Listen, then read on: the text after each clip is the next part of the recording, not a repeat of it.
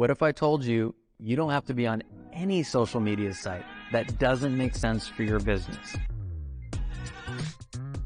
The biggest mistake that we see in social is that people use their social platforms as billboards and brochures. And that's the opposite of what you're trying to do. You cannot be a syndication site because you're not a site, you're a human being. And you got to put that personalized touch on those posts. So take those assets and use them, but put your own personal brand on them. But what I mean by don't be the hero in your own story is talk about your customers.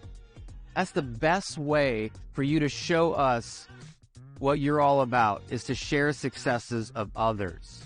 So when I go to your social media, and I went to your social media, I checked it out. What I look for is what you do to talk about others instead of just yourself. The number one word we use for businesses is authentic.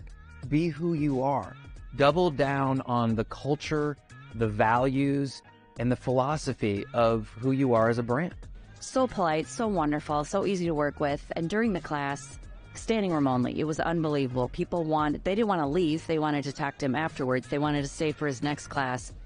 People, I hear him coming out of the classroom, all they wanted to do was see him again. When is he going to be here next year? We loved him. How do you tell your authentic story on social? And if you can figure that out, you'll move the needle and get more engagement.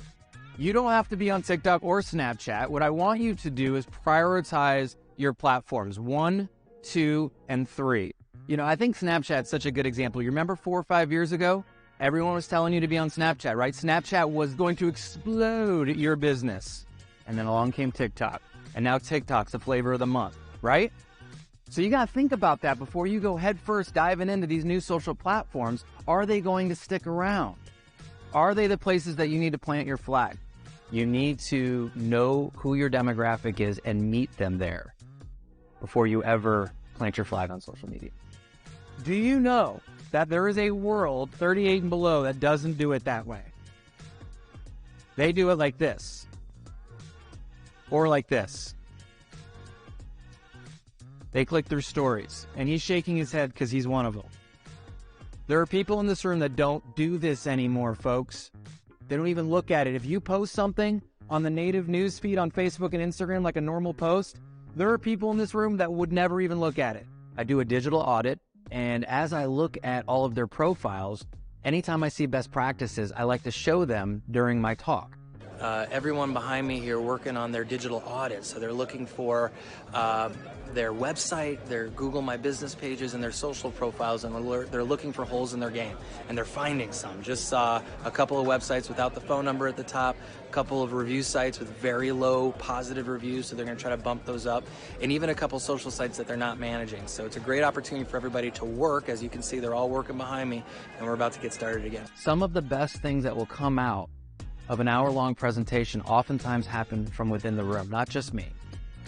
Randy's going to share one tip that she learned in this social media presentation. Randy, take it away.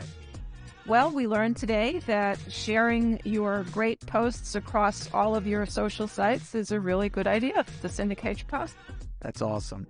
And typically, I'll give you a couple more, folks. If you're interested in going live, you want to pre-promote it so that you can get some users in there, and you want to stay live for a few minutes because it takes a long time to gather an audience. Some people right now are seeing for the first time, it's saying Randy's gone live for the first time. So if we stayed on a little bit, they'd have a chance to see. So maybe the next time you did it, we'll have like 3 to 5 tips and you can stay on a little bit longer. Somewhere between 5 and 8 minutes is usually a good Facebook Live segment, okay?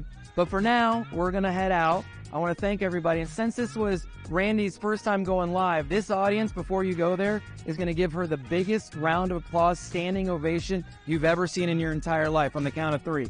1, 2, 3. Look at these guys.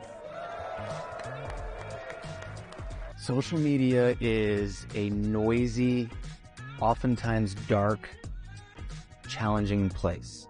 And yet, done correctly, it is the greatest marketing tool that has ever existed.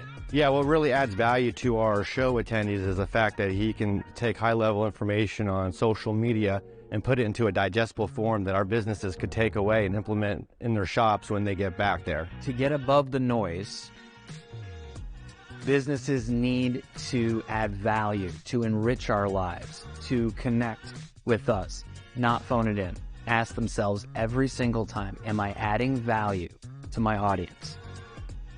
I tell you that story because we connected on social and he was able to stay on my radar, not frustrate or annoy me, but just stay in touch until I went from research mode to buy mode. And I think that's why social media is so important to you, is that you can stay on our radar until we are ready to work with you. So what we need to do as businesses and brands is to highlight our people, humanize our brand, showcase the people behind our brand, and that tells the digital story that people want to hear.